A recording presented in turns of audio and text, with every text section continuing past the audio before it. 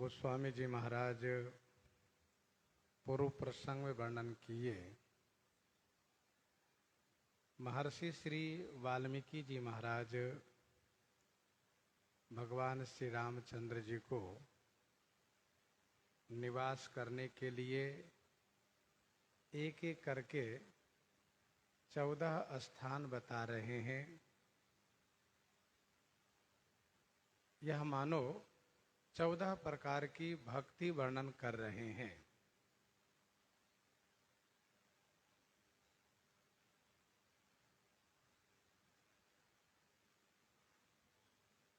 ग्यारहवां स्थान के बारे में श्री महर्षि जी कहते हैं कि जो भक्त आप में गुण देखता है और अपने में दोष देखता है और जिन्हें सब प्रकार से आपका ही भरोसा रहता है, मन में यह दृढ़ निश्चय रहता है कि बने तो रघुवर से बने, बिगड़े तो भरपूर, तुलसी और से जो बने ता बनने में धूर। एक भरोसो एक बल, एक आस विश्वास, राम रूप स्वाति जलद, चातक तुलसी दास।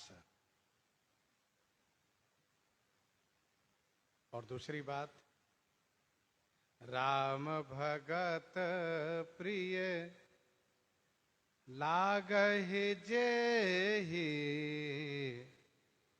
तेहि उर बसहु सहित बैदेहि। राम भगत प्रिय लागहि जेहि,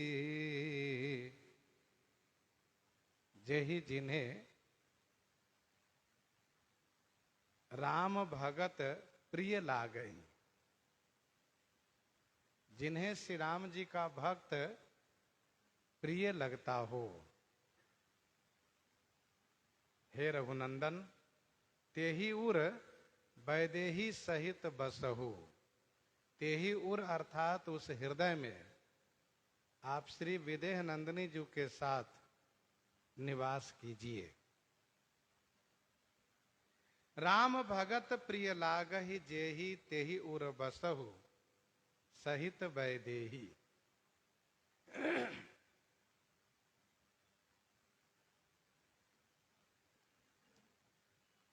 भगवान श्री राम जी श्री सबरी मैया से कहते हैं, सातम सम मोहिमय जग देखा, मोते संत अधिक करी लेखा। सातवीं भक्ति यह है कि संसार को मुझ में देखना चाहिए, लेकिन संत को मुझसे अधिक करके समझना चाहिए, मानना चाहिए।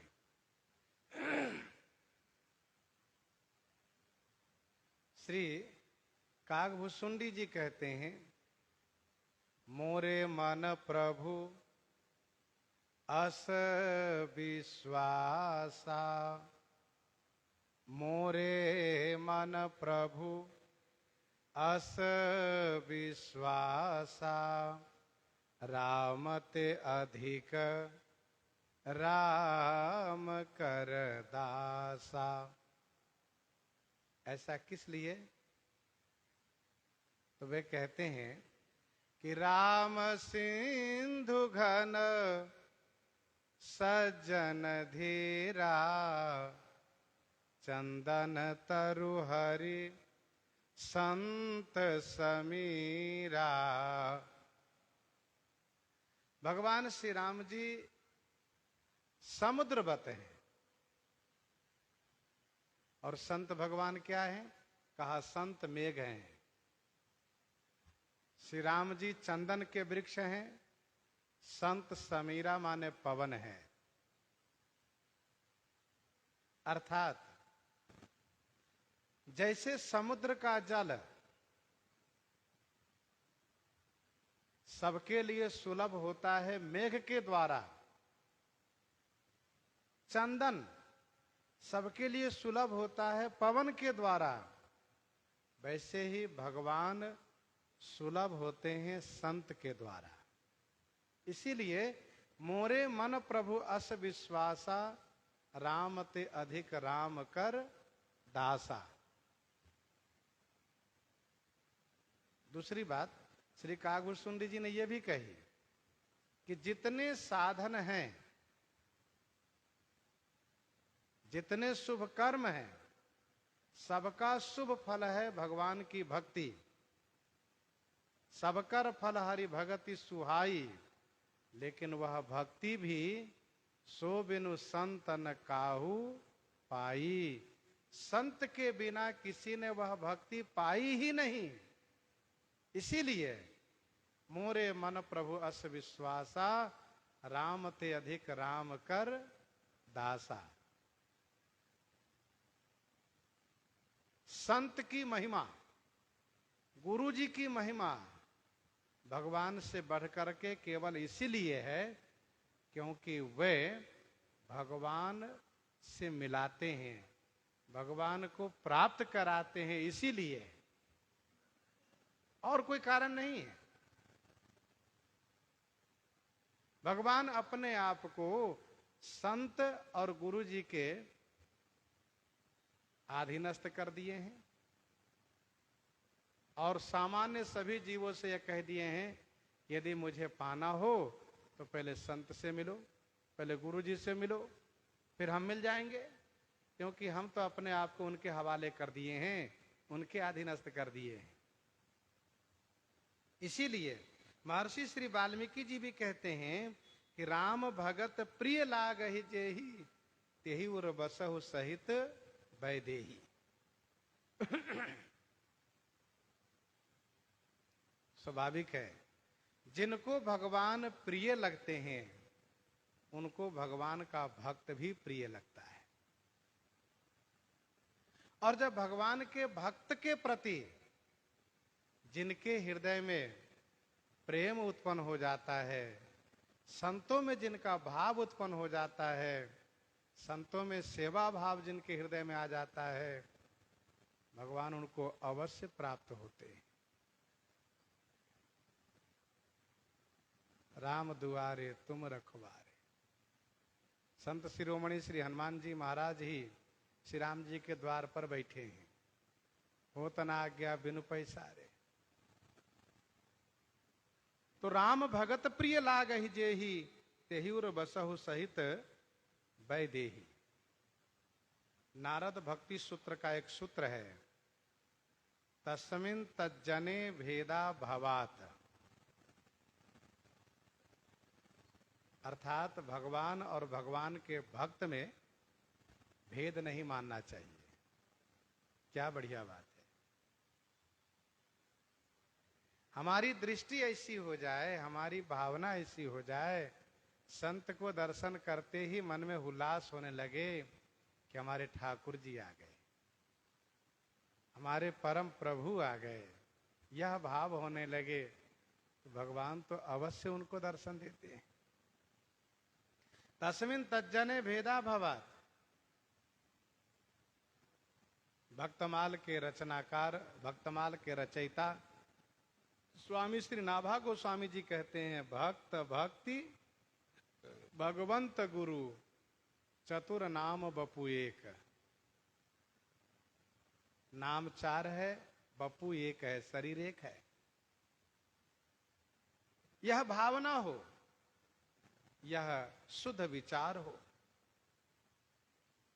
विनय पत्रिका में भी गोस्वामी जी ने कहा, संत भगवंत अंतर निरंतर नहीं, संत भगवंत अंतर निरंतर नहीं, किमपि मति मलिन कह दास तुलसी।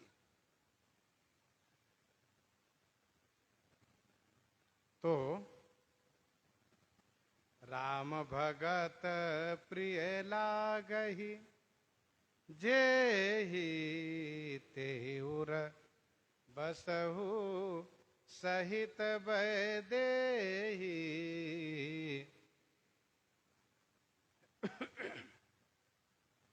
अब हम लोग बंदरों के बीच में रहते हैं तो हम लोग के हृदय में बंदर के प्रति उतना भाव नहीं हो पाता है।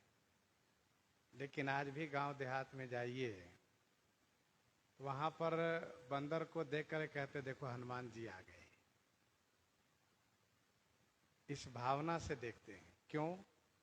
हनुमान जी महाराज बानर के रूप में है, इसलिए बानर के प्रति सबके हृदय में हनुमान जी का भाव है।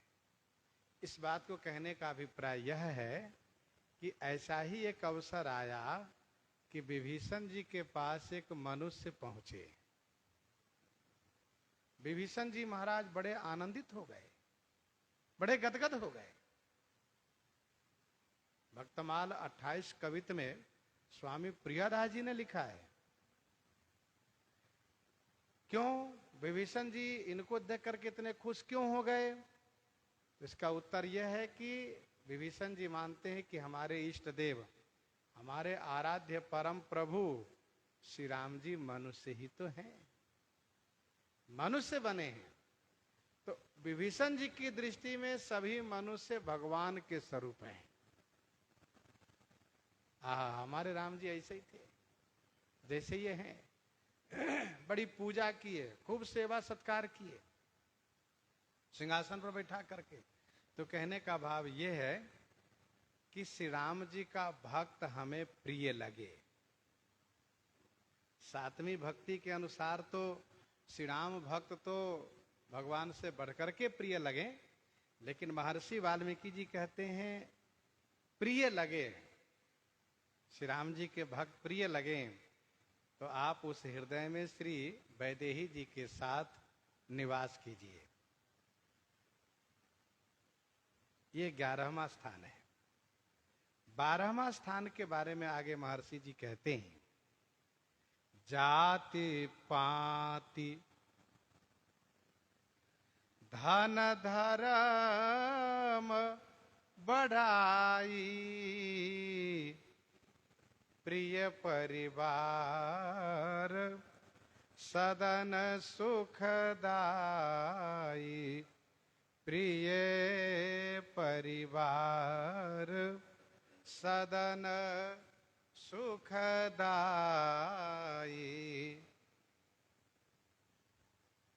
जाति पाति, जाति पाति माने जाति की पंक्ति। एक पंक्ति में बैठ करके भोजन करने वाले एक जाति के लोग कहे जाते हैं। जाति पाति, धन धर्म, बड़ाई माने बड़प्पन, प्रिय परिवार और सुखदाई सदन। सुखदाई सदन, सदन माने घर।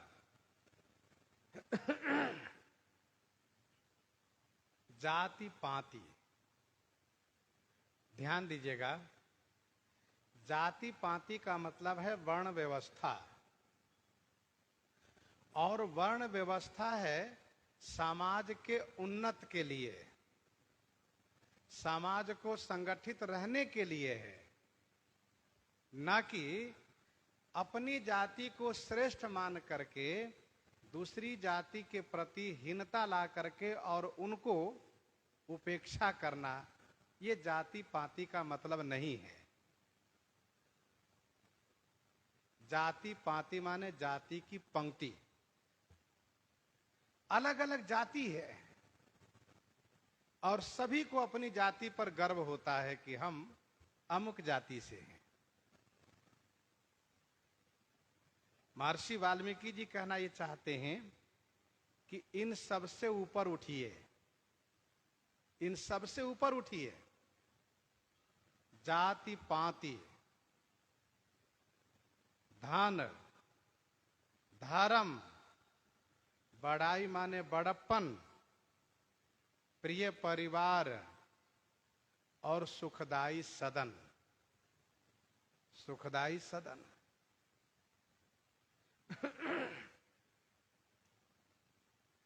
जाति पाति धन धर्म बड़ाई, प्रिय परिवार सदन सुखदाई।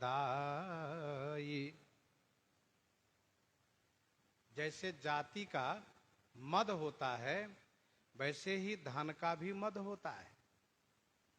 हम बड़े धनवान हैं तो जाति पाति धन वाली बात तो समझ में आ गई है कि जाति पाति माने जाति का मद भी छोड़ो, धन का मद भी छोड़ो।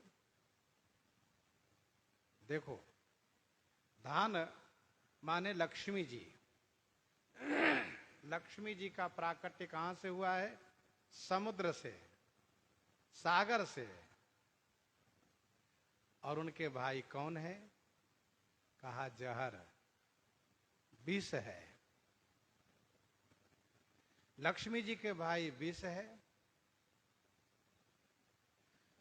उसमें मादकता है, नशा है, मृत्युकारक है। वैसे भी धन जिसके पास आता है उनमें 3 दोष आने लगता है। एक तो बहिरापन, दूसरे में गूंगापन और तीसरे में अंधापन। वह देखना, सुनना और बोलना, इन तीनों से वह निंदनीय होता है। धन उसको बहिरा कर देता है। सामान्य लोग उनको बाबूजी कहते रहे, वो सुनता ही नहीं, उधर की ओर देखता ही नहीं, अंधा हो जाता है और उससे बोलता ही नहीं। ये धन का दोष है। तो धन आने से धन के सारे दोष आ जाते हैं। और श्रीमद् भागवत जी में तो बहुत दोष दिखाए गए हैं, पुराणों में भी। हाँ, इतना जरूर है कि जो यह समझ लेते हैं कि लक्ष्मी जी के पति भगवान नारायण हैं, भगवान इनके पति हैं, और जो धन पा करके भगवान के प्रति श्रद्धावंत होते हैं, भगवान की भक्ति करते हैं, तो उनके पास लक्ष्मी जी खुश रहती हैं, प्रसन्न रहती हैं। ये धन का मद है। एक कवि ने कहा, जिस नौका में छिद्र है और धीरे धीरे करके उसमें पानी आ रहा है, तो क्या करना चाहिए? नौका के उस पानी को धीरे धीरे करके उलझना भी चाहिए, हटाते हटाते रहना चाहिए। नहीं तो क्या होगा? धीरे धीरे करके पानी भरेगा तो नौका डूबेगी। तो उन्होंने कहा, पानी बाढ़े नाव जिमी, पानी बाढ़े नाव जिमी, घर में बाढ़े दाम, दोहू हाथ उलीचिए यही सयानो काम, दोहू हाथ उलीचिए यही सयानो काम। एक बात और समझ लीजिए, धन है चल, धन है चल। जैसे नदी चल होती है वैसे धन है चल, चलायमान। जैसे कि धन के प्रेमी, उनके पास बढ़िया से बढ़िया नोट मिला, करेंसी नोट जिसे कहते, नया नोट। अब उसका मन बड़ा खुश हो गया, वह देख रहा है, निहार रहा है। लेकिन वक्त पड़ने पर यदि उसका उपयोग नहीं किया तो धीरे धीरे उसके लिए वही हानिकारक होगा, वही हानिकारक होगा। चाहे जितना बढ़िया नोट हो, जितना बढ़िया धन हो, उसका उपयोग करना है आपको। वैसे नदी का जल चाहे जितना स्वच्छ हो, जितना बढ़िया मीठा सुस्वादिष्ट जल हो, लेकिन उसको चलते रहने देना चाहिए, उनको रोकना नहीं चाहिए। नदी को रोकने से, धन को रोकने से परेशानी बढ़ती है। तो जाति पाति धन धर्म। अब धर्म की बात आई भाई, थोड़ा समझ करके विचार करना चाहिए। भक्ति मार्ग में धर्म भी छोड़ने की बात कही जा रही है। आगे की चौपाई कहती है, सब तजी, सब छोड़िए। क्या क्या छोड़िए? कहा कि जाति पाति को भी छोड़िए, धन को भी छोड़िए और धर्म को भी छोड़िए। धर्म का मतलब यह है कि उस धर्म का परित्याग करना चाहिए। किस धर्म का? जो हमारी उपासना भक्ति के विरुद्ध धर्म है। जैसे कुछ लोग कहते हैं ना कि हमारे परिवार में ये परंपरा है, क्या? प्रेत की पूजा। प्रेत की पूजा ये परंपरा से धर्म है, उसको त्याग करना चाहिए।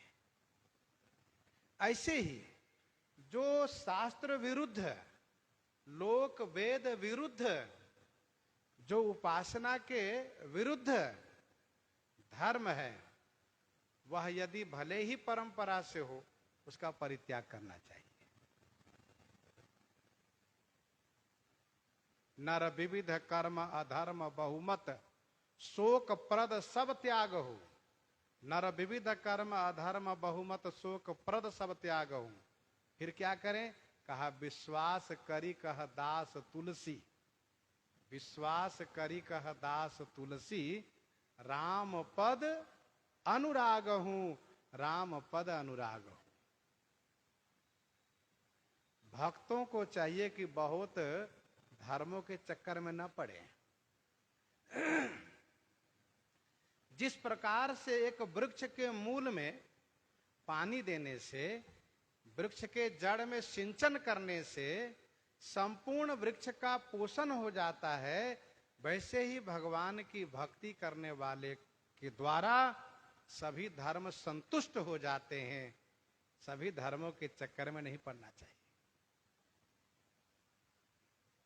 भागवत जी का वह श्लोक बड़ा प्रसिद्ध है, चाहे सकाम हो चाहे निष्काम हो, आप भगवान की भक्ति करो।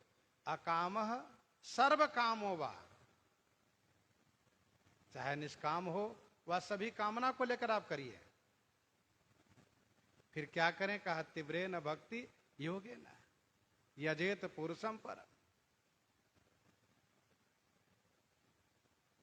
तो कहने का भाव यह है कि धर्म का परित्याग का मतलब यह है कि शास्त्र, लोक, वेद के द्वारा निर्धारित धर्म में जो हमारी उपासना के विरुद्ध है, जो हमारी भक्ति के विरुद्ध है, उसका परित्याग करें।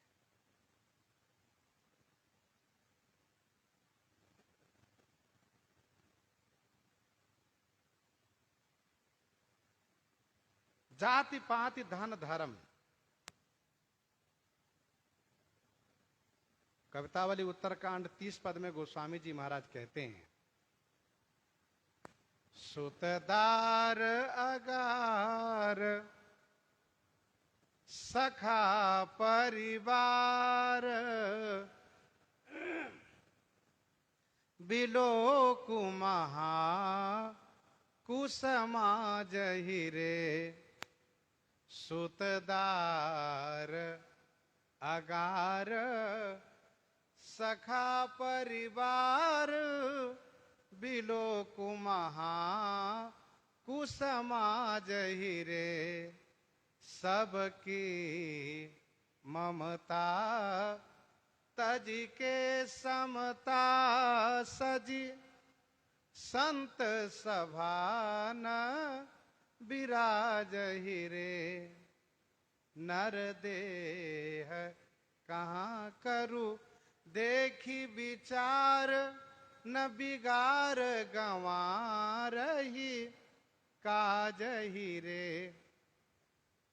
सुतदार अगार सखा परिवार, बिलोक महा कुसमाज हिरे। सबकी ममता तज के समता सजी, संत सभा न विराज हिरे।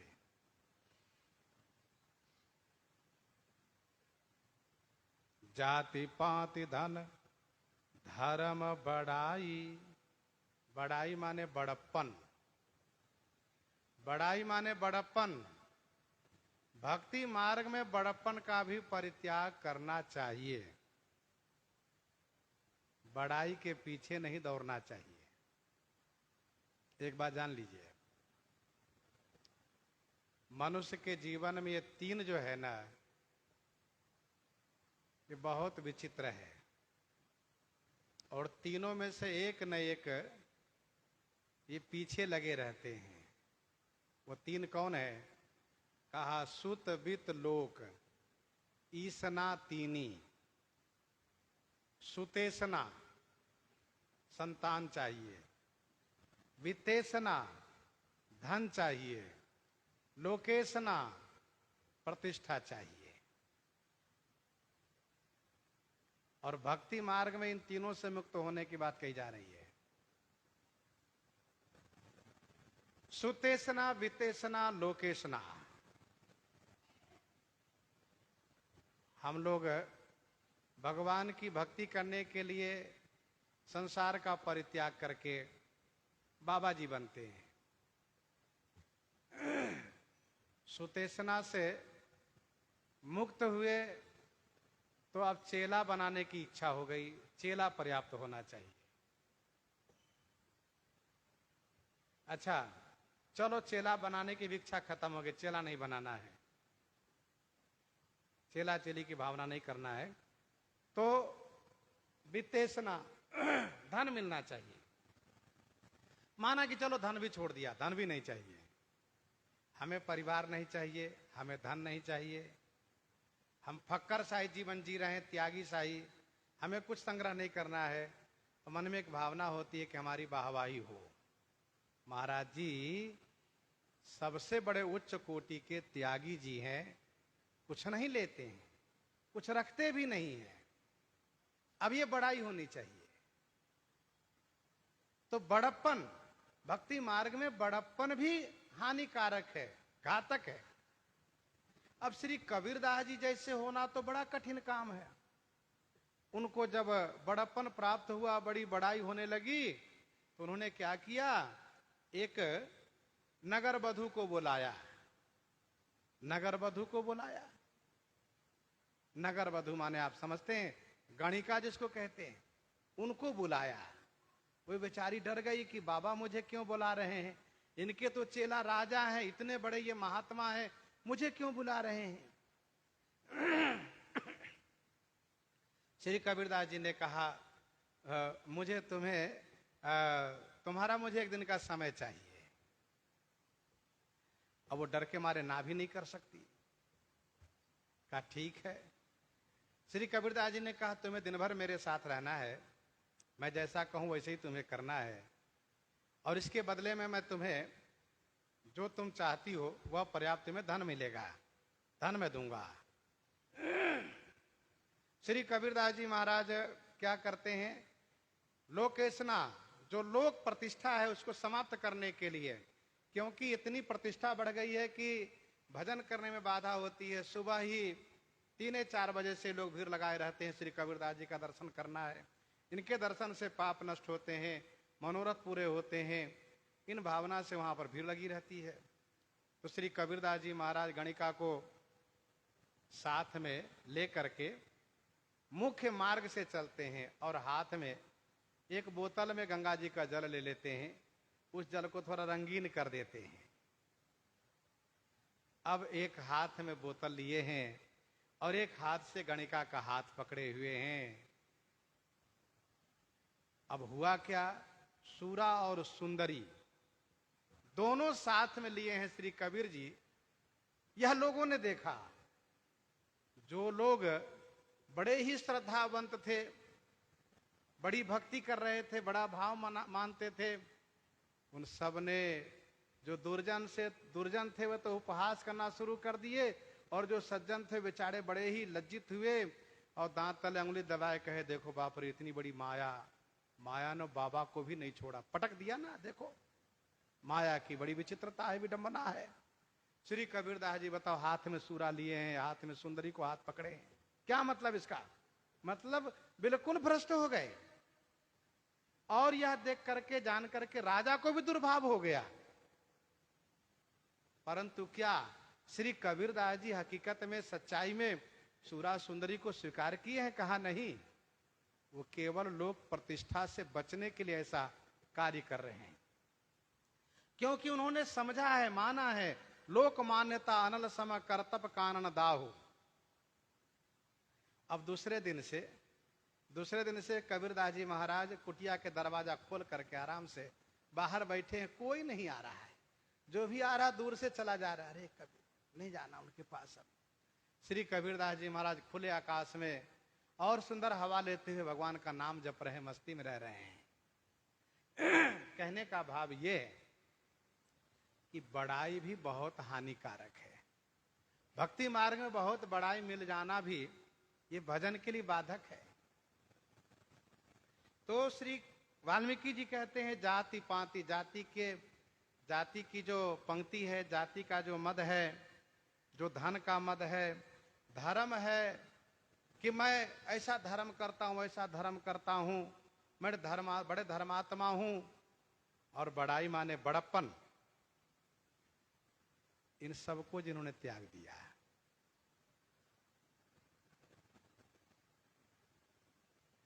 एक संत जी कहते थे, जबते आई मान बढ़ाई, जबते आई मान बढ़ाई, किस्मत हमरे फूटी।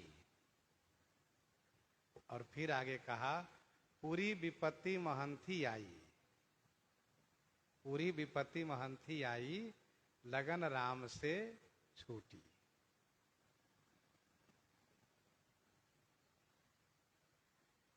मनुक पीठ वाले महाराज जी एक बार कह रहे थे श्री अयोध्या जी में ही कि भूल गए राग रंग, भूल गए चौपरी, तीन चीज याद रही, नून तेल लकड़ी। अब उन संत जी का एक अनुभव, उन्होंने कहा कि पूरी विपत्ति महंती आई, लगन राम से छूटी। दूसरे एक संत जी इसको संभाल रहे थे, वे कह रहे थे नहीं नहीं, लगन राम से जूटी मानना चाहिए।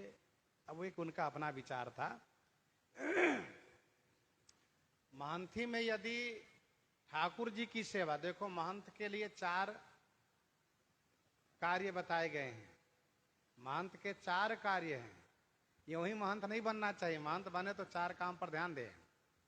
पहली बात तो संत की सेवा हो, संत भूखा न जाए। दूसरी बात यह हो कि गुरु जी की सेवा हो। तीसरी बात यह हो कि शास्त्र की सेवा हो। और चौथी बात यह हो कि ठाकुर जी की सेवा हो। संत सेवा, गुरु सेवा, शास्त्र सेवा और ठाकुर सेवा, यदि चारों सेवा बन रही हो तब तो महंती कल्याणकारी है, नहीं तो महंती से सावधान रहना चाहिए।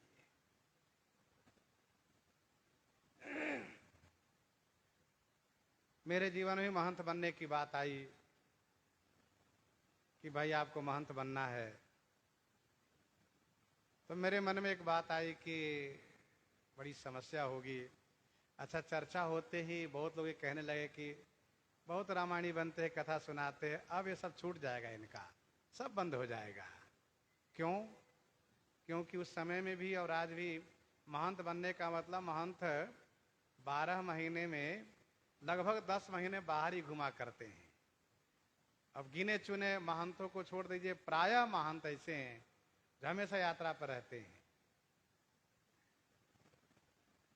आज ही मैंने एक पूज्य महंत जी से कहा कि बताइए आप सावन के मेला छोड़कर भी बाहर हैं। उन्होंने कहा क्या करें भाई, बड़े लोगों का आदेश। तो छावनी के पूज्य महाराज श्री बड़े सरकार कहा करते थे किसी विशेष उत्सव पर कि भाई देखो, बिल्कुल केवल मेले में मैं आ पाता हूँ, सावन है, कार्तिक है, नवमी, इसके बाद बाहर ही रहता हूँ मैं हमेशा। तो मुझे भी इस बात को चिंता हुई कि महंती लेना ठीक है कि नहीं। पहले से ही मन में था कि महंती नहीं लेना है प्रपंचदायी और बड़ी समस्या है। अब वो आश्रम की व्यवस्था, जो आए गए उनकी व्यवस्था सब देखना है। फिर दूसरी बात मन में आई कि चलो जहाँ महंती लेनी है वहाँ हनुमान जी महाराज खूब हैं, बड़ी संख्या में है। 5 मुखी हनुमान जी एक अलग हैं, एक हृदय श्री सीताराम जी को हृदय में विराजित करने वाले हनुमान जी अलग हैं, हनुमान जी हैं। और कथा सुनाने की भावना रखता हूँ, आगे जैसा होगा देखा जाएगा, और ज़्यादा प्रपंच होगा तो त्याग भी देंगे, ये भी बात मन में थी। अच्छा, श्री राम बल्लभा कुंज के पूज्य अधिकारी जी महाराज ने कहा कि 5 मूर्ति की व्यवस्था मैं कर दूंगा आप कथा कहते रहना, लेकिन 2 महीना वर्ष में 2 महीने के लिए निकाल देना और 2 महीने बाहर घूम लिया करिएगा आप। 2 महीना घूमने वाली बात हमको नहीं जम रही थी। और 5 मिनट की व्यवस्था कर दूंगा, ये बात तो अच्छी लगी, उनकी बड़ी कृपा। वैसे उनकी कृपा आज भी दास पर हमेशा रहती है। इसी बात को लेकर के एक महंती मैंने छोड़ दिया, श्री रामकोट में जगन्नाथ मंदिर के महंती। अब वहां के महंत जी ने कहा कि लाल बाबा ने कहा कि देखो 4 महीना बाहर के लिए दीजिए, 8 महीना अयोध्या में रहिए, इस शर्त पर मैं महंती दे दूंगा। हमने कहा 4 महीना तो बहुत दूर है महाराज जी, 4 दिन भी बाहर रहने के शर्त पर महंती मैं नहीं लूंगा, मुझे नहीं चाहिए। बहुत समझाए, लगभग मध्य रात्रि तक समझाते रह गए, देश काल परिस्थिति कह करके मन ने स्वीकार नहीं किया। शांति कुटिया के महंती की बात रही, वहां पर भी ये बात आई कि बाहर जमीन है और वहां आपको देखना पड़ेगा। हमने कहा ये महंती तो मुझे नहीं चाहिए। तो ऐसे ही महंती का प्रस्ताव आता रहा और मन नहीं स्वीकार करता रहा। अब रामघाट स्थित पंचमुखी हनुमान गुजराती मंदिर, गुरुजी महाराज का आश्रम, एकदम से दबाव आ गया। तो मन में ये बात आई कि हनुमान जी कथा सुनाऊंगा, जैसे काम चले चलेगा, देखा जाएगा। और महाराज जी उस समय में आश्रम में कोई व्यवस्था नहीं थी, हमारे पुराने गुरु भाई लोग सब लोग जानते हैं क्या व्यवस्था थी, उससे परिचित है सब लोग। गुरुजी महाराज आश्रम दिए, तुरंत गुजरात के लिए रवाना हो गए। फिर इसके बाद हनुमान जी कृपा होती गई, कथा सुनाते गए, हनुमान जी सुनते गए और सबकी बड़ी भावना होती गई, शुद्ध भाव से सुनते गए। और जिस तरह से कथा की कृपा से, मानव जी कृपा से सारी व्यवस्था बनती गई, वह सब आपके सामने में है।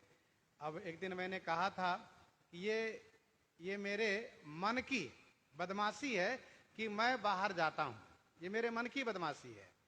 वस्तुतः आश्रम की व्यवस्था में कहीं कोई कमी नहीं है।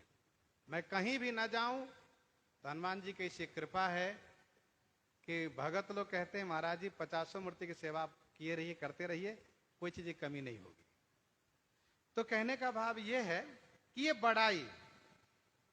बड़ाई का परित्याग होना चाहिए। तो बात चली थी, पूरी विपत्ति महंती आई, लगन राम से छूटी। यदि ऐसी महंती मिले जिससे भगवान का भजन ही छूट जाए, धाम ही छूट जाए, सेवा छूट जाए, तो फिर वो महंती किसी काम की नहीं है। ये मेरा व्यक्तिगत विचार है, मैं सबके लिए नहीं कहता हूं। तो ये बड़ाई है। श्री कबीरदास जी कहते हैं, मोटी मोटी सब तजई, मोटी मोटी सब तजई, झीनी तजई न कोई। मोटी मोटी सब तजई, झीनी तजई न कोई। जो कबीर झीनी तजई, झीनी झीनी होई। हमारे गुरुजी महाराज कथा में सुनाया करते थे कि मोटी मोटी सब तजई का मतलब क्या हुआ, समझे? इसका मतलब ये हुआ कि घर छोड़ दिया, बाबा जी बन गए, मानथी भी नहीं लिया, फक्कर शाही जीवन जीने लगे, कुछ संग्रह भी नहीं कर रहे हैं, बिल्कुल फक्कर शाही जीवन है। ये सब मोटी मोटी त्याग है। हाँ, फिर ये महीन त्याग क्या है? गुरुजी हमारे कहा करते थे, महीन झीनी त्याग का मतलब ये है कि हमने त्यागा घर को, परिवार को, महंती को, बड़प्पन को। ये त्यागने वाली बात भी मन से निकाल दो, ये झीनी त्याग है। हमने त्याग किया, यह अहम भाव भी निकाल दो, तब झीनी त्याग है। अर्थात अपने आप को पूर्ण रूप से ठाकुर जी के चरणों में विलय कर दो, चिंतन करके कि हम ठाकुर जी के, ठाकुर जी हमारे हैं, हम रघुनाथ जी के हैं। हमें कुछ याद ही नहीं रहे क्या त्यागे क्या लिए सो। बिल्कुल ये परित्याग होना चाहिए, इसी को कहते हैं झीनी त्याग। तो जाति पाति धन धर्म बढ़ाई, प्रिय परिवार सदन सुखदाई। अब बात आई प्रिय परिवार की और सुखदाई सदन की। ध्यान दीजिएगा, परिवार अपना सबको प्रिय है, परिवार अपना सबको प्रिय है। और सब जगह परिवार बना हुआ है। क्या गृहस्थ, क्या विरक्त। गृहस्थ का अपना परिवार है तो साधुओं का भी अपना परिवार है। कहते हैं ये हमारे अमुक अमुक अमुक अमुक, ये सारा परिवार बंध जा रहा है और प्रिय लगता है ये हमारे परिवार के साधु हैं। हम कहते हैं गर्व से हमारे परिवार के साधु हैं। श्री वाल्मीकि जी कहते हैं प्रिय परिवार और सुखदाई सदन। सुखदाई सदन का मतलब अपना घर ही सुखदाई है। एक संत जी कहते थे कि देखो भाई, अपनी झोपड़ी भी जो होती है ना, वो स्वर्ग से ज्यादा सुखद होती है। दूसरे के महल की अपेक्षा अपनी झोपड़ी सुखद है। कहो क्यों? अपनी झोपड़ी में यदि एक टाइम भोजन भी नहीं मिला ना, तो बड़ी शांति से सो रहे हैं कि देखो अपनी झोपड़ी अपना घर है। तो ये सुखदाई सदन है। अर्थात मैं मोर की भावना यहां भी है, मेरा है, तुम्हारा है। तो प्रिय परिवार सदन सुखदाई। श्री वाल्मीकि जी कहते हैं सब तज तुम ही रहई लौलाई, तेहि के हृदय रहु रघुराई, तेहि के हृदय रहु रघुराई। सब तज तुम्हें रहई लव लाई, तेहि के हृदय रहु रघुराई। सब तजी माने सब त्याग करके और तुम्ही लव लाई रहई। लव लाई माने लगन लगा के रहते हैं। हे रघुराई, तेहि के हृदय रहु, उनके हृदय में निवास कीजिए। एक बात ध्यान दीजिएगा, सब तजी का मतलब यह है कि सबसे मोह ममता का परित्याग होना चाहिए। यहां पर यह नहीं समझना चाहिए कि सबको त्याग करके बाबा जी बनने की बात श्री वाल्मीकि जी कह रहे हैं। नहीं, सब त्याग करके बाबा जी बनने की बात नहीं कह रहे हैं।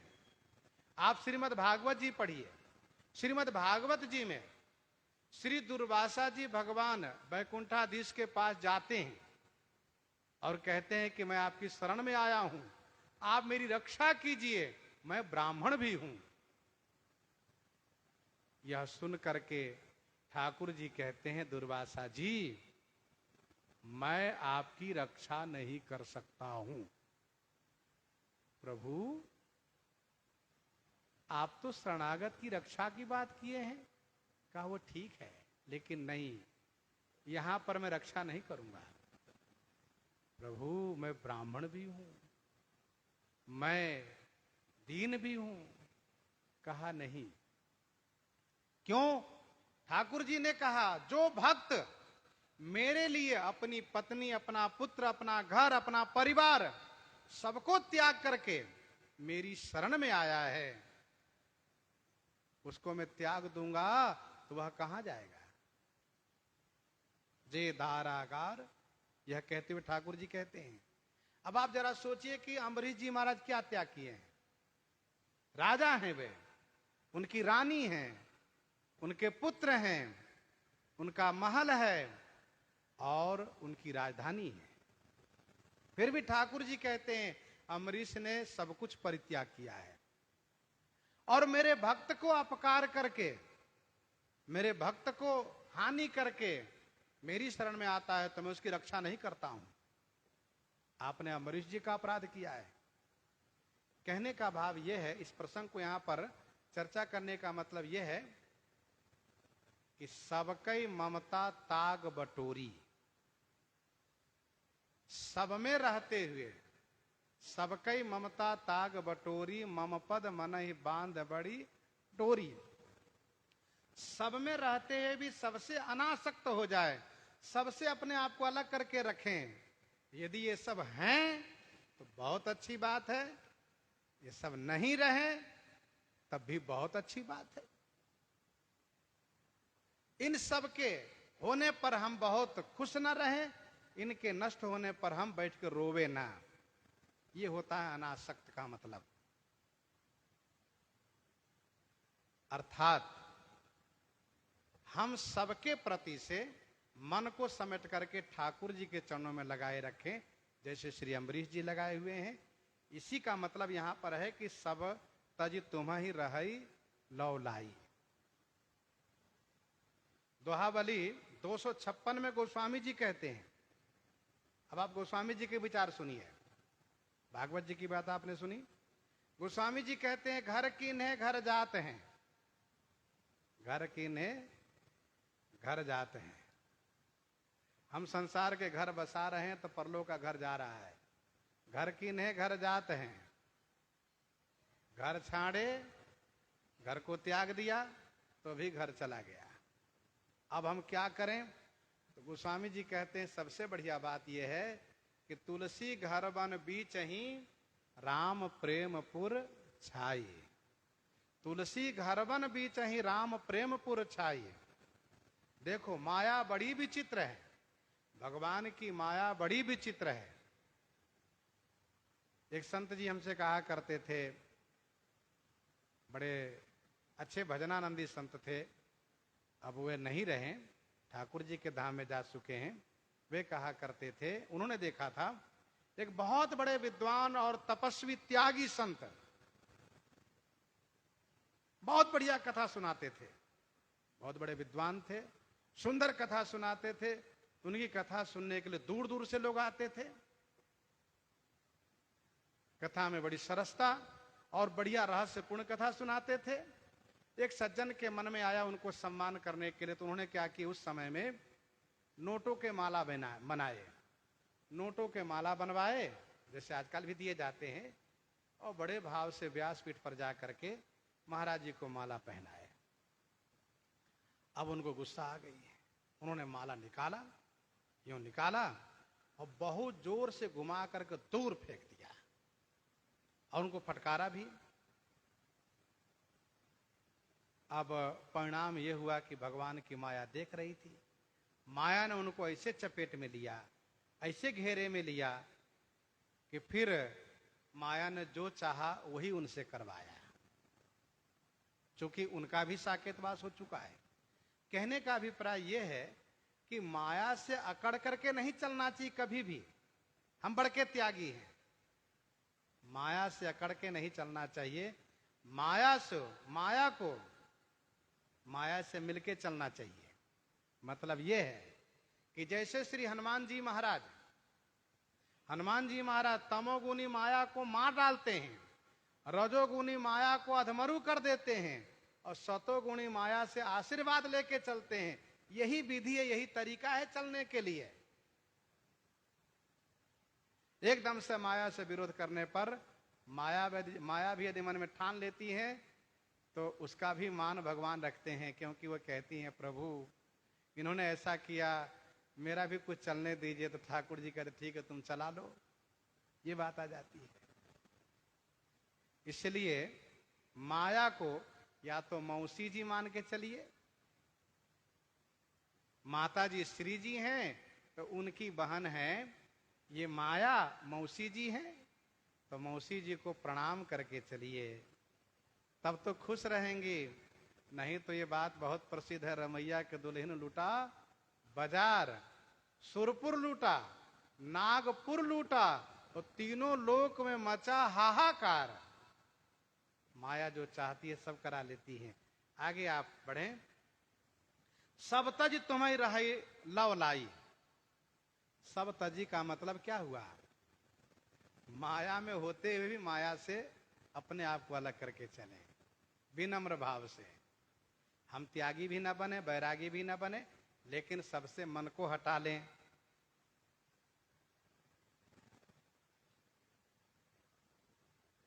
तजी माया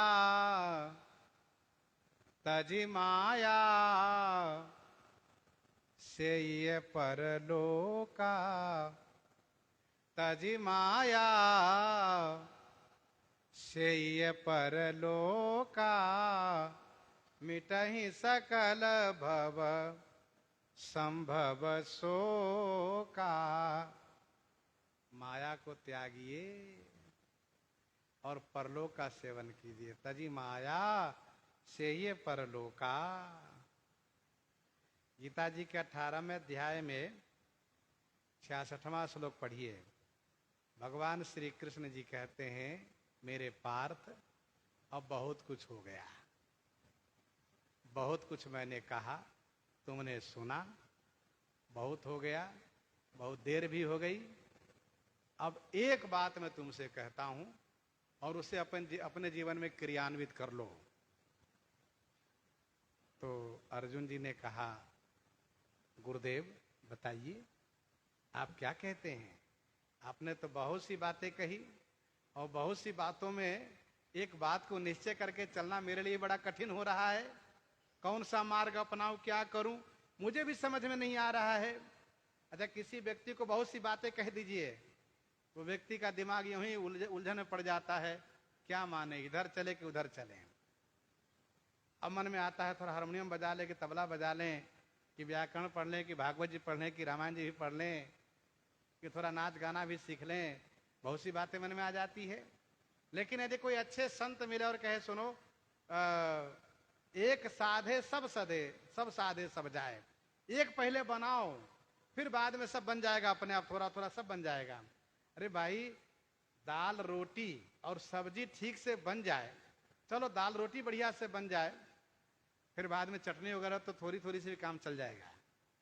लेकिन रोटी ही नहीं बनाओ, केवल चटनी संग्रह करते रहो चटनी सब्जी में, तो भटक जाओगे। एक साधे सब सधे, सब साधे सब जाए। तो भगवान श्री कृष्ण जी कहते हैं, अर्जुन मेरे पार्थ, एक काम करो। क्या? सर्वधर्मान परित्यज्य। आप कह रहे हैं कहां? सर्वधर्मान परित्यज्य, भगवान मैं सब धर्म छोड़ दूं गुरुजी, कहां? फिर क्या करूं? कहा, माम एकम शरणम ब्रज, मेरी शरण में आ जा तू। बस एक ही काम करो कि मैं श्री कृष्ण के शरण में हूं, ये भाव अपना लो। मैंने अपने आप पे इनके हवाले कर दिया। अबे चाहे जो करावें, चाहे युद्ध करावें, चाहे भजन करावें, चाहे माला जपावें, चाहे धनुष्वान चलवावें, इनकी इच्छा पर। सर्वधर्मान परित्यज्य माम एकम शरणम ब्रज।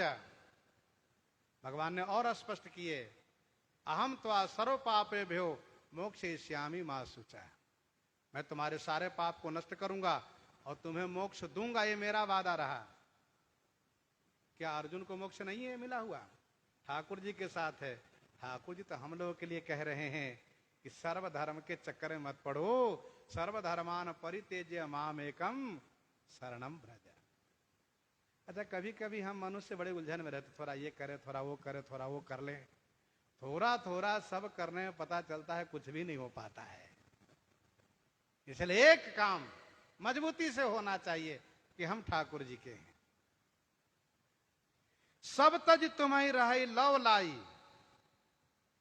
लव लाई का मतलब क्या है? लगन लगा रहे।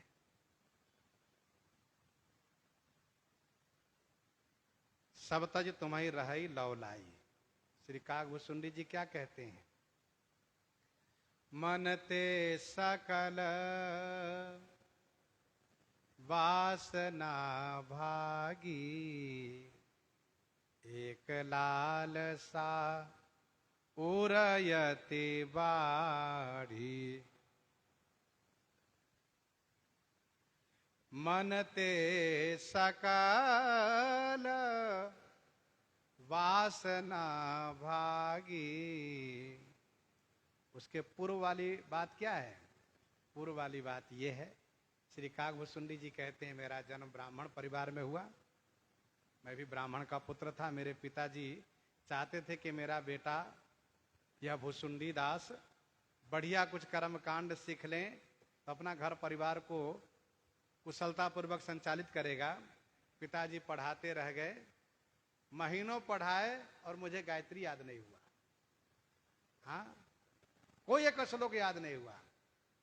हारे पिता पढ़ाई पढ़ाई।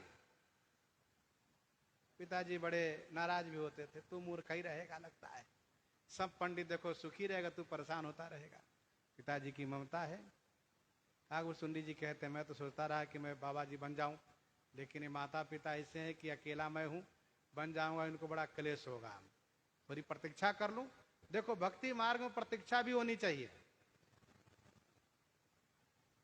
भय काल व जब पितु माता, एक समय वो आया कि पिता माता दोनों स्वर्गवासी हो गए, अब निश्चिंत हो गए। वन में गए, आश्रम में जाकर सत्संग करते हैं और संतों से भगवान के दर्शन की बात करते हैं।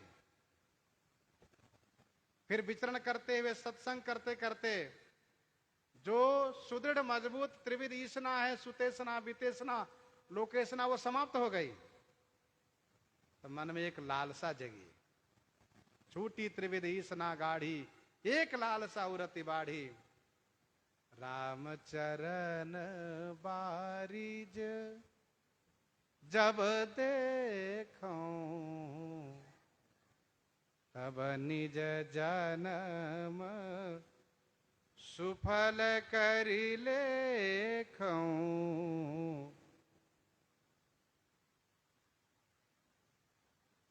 बस एक ही लालसा रह गई कि श्री राम जी का दर्शन करना है, चाहे जहां हो जैसे हो। और आप ध्यान दीजिएगा, श्री राम दर्शन करना है चाहे जहां हो जैसे हो, इस चक्कर में उनको ब्राह्मण से काग बनना पड़ा।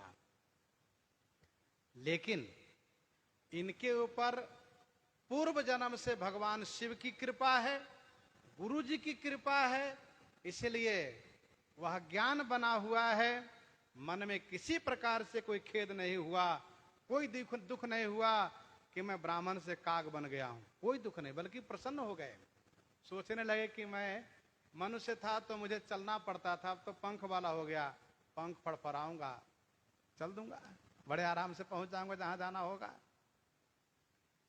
बड़े खुश हो गए और मन में किसी प्रकार से क्लेश नहीं हुआ, कोई उद्वेग नहीं हुआ, कोई श्री लोमा जी के प्रति नफरत नहीं हुआ, रोष नहीं आया। तो ठाकुर जी तुरंत श्री लोमा जी को प्रेरित किया और लोमा जी ने उनको बुलाया, कागजी इधर आओ। अब काग भुसुंडी जी आए और उनको बड़े प्रेम से बैठाए और समझाए, फिर दीक्षा दिए, चेला बनाए और उपासना की विधि बताए, श्री राम कथा सुनाए और कह दिए अब तुम्हारा जीवन धन्य होगा, श्री राम जी का दर्शन होगा, श्री राम जी का दर्शन होगा। श्री कागभूषुंडी जी भजन में प्रवृत्त हो गए और ठाकुर जी ने ऐसी कृपा करी कि अब तो उनके ठाकुर जी हमेशा दर्शन देते हैं, जब वो चाहे तब। और खास करके जब भी श्री राम जी का अवतार होता है अयोध्या जी में, तो 5 वर्ष आकर के अयोध्या जी में रहते हैं। तो ये है भक्ति मार्ग, उतावले से कुछ नहीं होता है।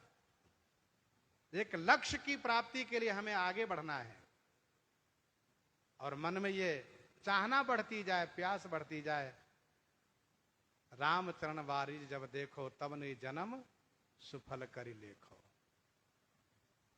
ध्रुव जी महाराज ने एक बार कहा, प्रभु एक बात मैं आपसे पूछूं। प्रभु ने कहा पूछिए। कहा कि मैंने सुना है कि आप बहुत बहुत प्रतीक्षा करा के तब दर्शन देते हैं और मुझे तो आप 6 महीने में दर्शन दे दिए। तो ठाकुर जी मुस्कुराने लगे, ध्रुव तुमको नहीं पता है कि कितने दिन से तुम प्रतीक्षा कर रहे हो।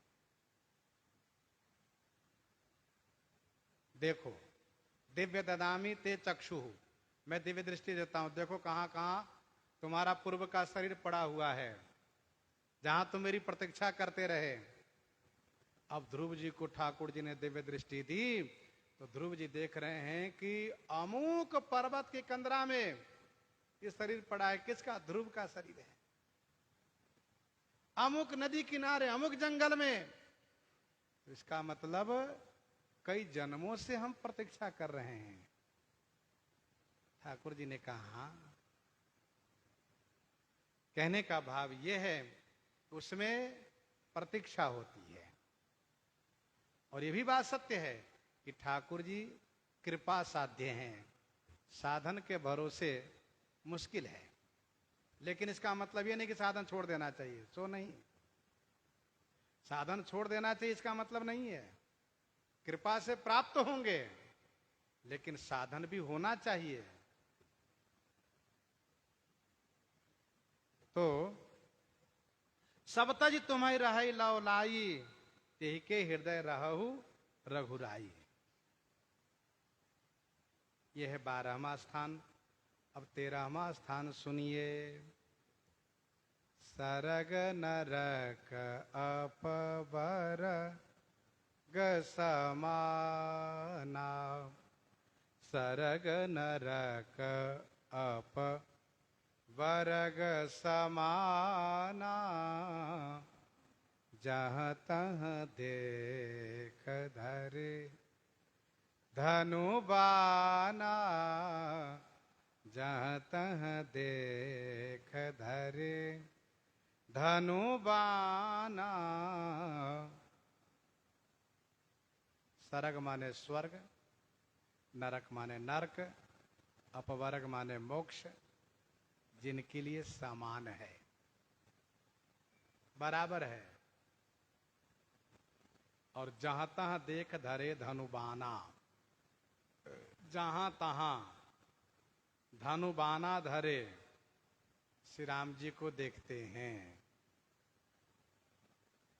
स्वर्ग, नरक और अपवर्ग एक बहुत बढ़िया संकेत है। सरग और नरक के बीच में नरक है, सरग और अपवर्ग के बीच में नरक है, स्वर्ग और मोक्ष के बीच में नरक है। क्या मतलब? वाल्मीकि जी महाराज कहना चाहते हैं कि भक्ति के बिना, भजन के बिना स्वर्ग प्राप्त हो जाए, चाहे अपवर्ग माने मोक्ष प्राप्त हो जाए, ये दोनों नरक के समान ही है, समझो। भजनहीन स्वर्ग भी नरक तुल्य और मोक्ष भी।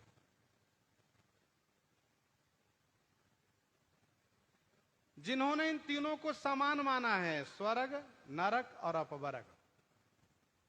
स्वर्ग है पुण्य का फल। स्वर्ग क्या है? पुण्य का फल है। स्वर्ग सुकृतैक फल, पुण्य का फल स्वर्ग है। पुण्य करने वाले को स्वर्ग मिलता है। अत्यधिक पुण्य होने से उसको सुख भोगने के लिए स्वर्ग दिया जाता है, लेकिन जिस दिन पुण्य समाप्त हो जाता है उसी दिन उनको वहां से धक्का दे करके भगा दिया जाता है, वहीं से उनको गिरा दिया जाता है, जाओ।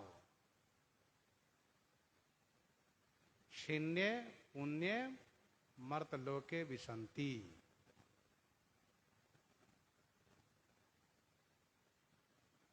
तो स्वर्ग है पुण्य का फल, और नरक क्या है? पाप का फल है। नरक पाप का फल है।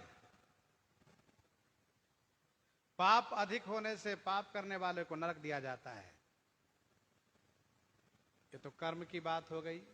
शुभ कर्म से स्वर्ग होगा, अशुभ कर्म से नरक होगा। और ज्ञान का फल है अपवर्ग। ज्ञान होने से क्या होगा? मोक्ष होगा। अपवर्ग, मोक्ष का नाम है अपवर्ग। जहां पवर्ग न हो उसी को कहते हैं मोक्ष। तो पवर्ग माने क्या मतलब हुआ? मतलब ये हुआ, प माने पाप जहां नहीं होता है, और फ माने जहां पुण्य फल भोगने वाली बात नहीं है, और ब माने जहां कोई बंधन नहीं है, और भ माने जहां कोई भय नहीं है, और म माने जहां से मृत्यु का डर नहीं, मृत्यु नहीं है, उसी का नाम है अपवर्ग। जहां पाप, फल, बंधन, भय और मृत्यु न हो उसी का नाम है अपवर्ग। ये भक्त जो हैं तीनों को समान मानते हैं।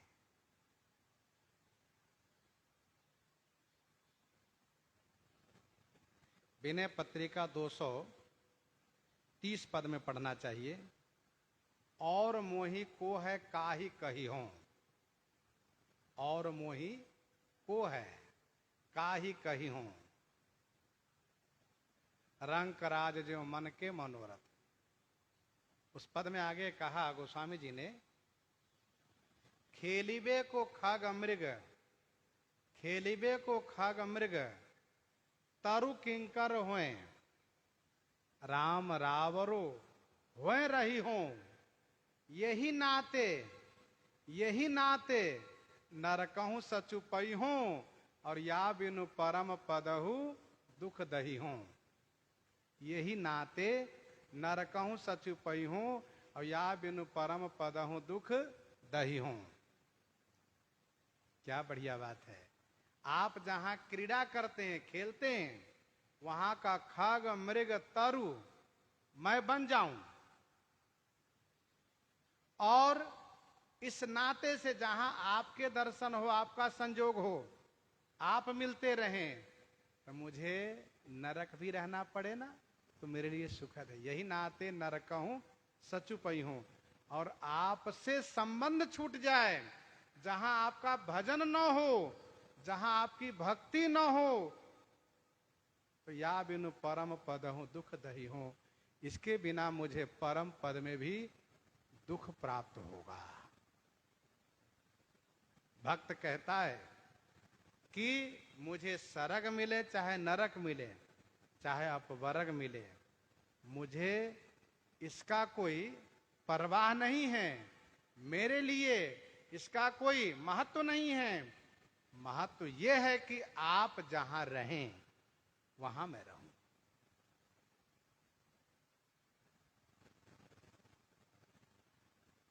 अजस हो जग सुजस न साऊ, नरक परो बरु सुरपुर जाऊं। सब दुख दुसह सहाबहु मोही, लोचन ओट राम जनि होहि, लोचन ओट राम जनि होहि। श्री चक्रवर्ती जी कहते हैं, चाहे अजस हो या सुजस हो, नरक हो चाहे स्वर्ग हो, मैं सब दुख सहने को तैयार हूं, लेकिन मेरे नेत्र के सामने मेरे राघव रहें, मेरे श्री राम जी रहें, बस यही कामना है। सरग नरक अपवर्ग समाना, जहां तहां देख धरे धनुबाना। नरक में भी यदि श्री राम जी का दर्शन हो तो हमारे लिए नरक ही ठीक है, स्वर्ग में दर्शन वहीं ठीक है, मोक्ष में दर्शन वहां ठीक है, और इन जगहों पर यदि आपका दर्शन हो तो कोई ठीक नहीं है। तो सबसे बढ़िया भूल हो के ठीक है आपके यहां दर्शन हो। जहां तहां देख धरे धनुबाना, सब जगह आपका दर्शन करते हैं।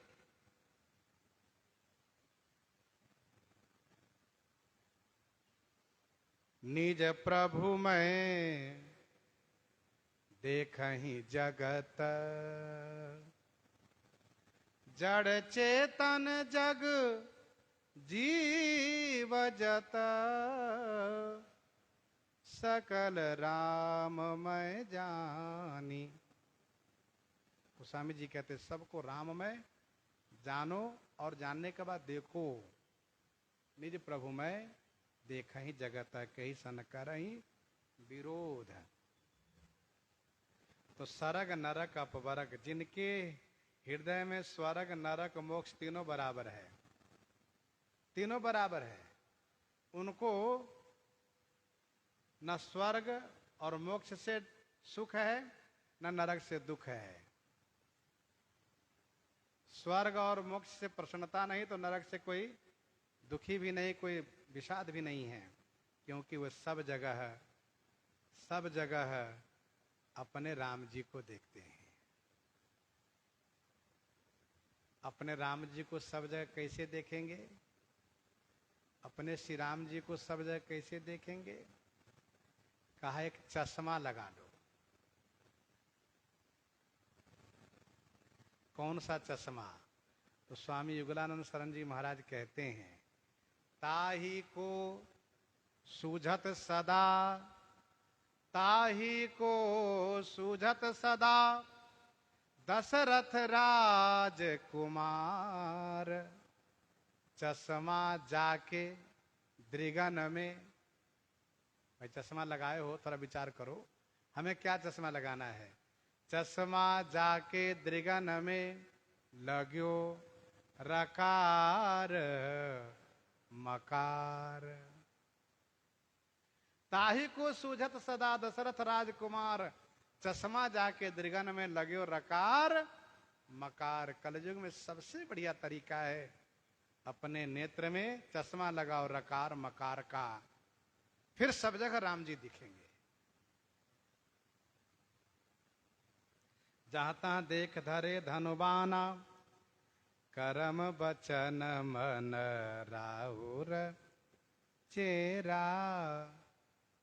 राम करहु तेहि के उर डेरा, करम बचन मन राउर चेरा। कर्म से, वचन से और मन से जो राउर माने आपका चेला बन गया हो, केवल आपका चेला, हे राम जी आप उनके हृदय में डेरा कीजिए, निवास कीजिए।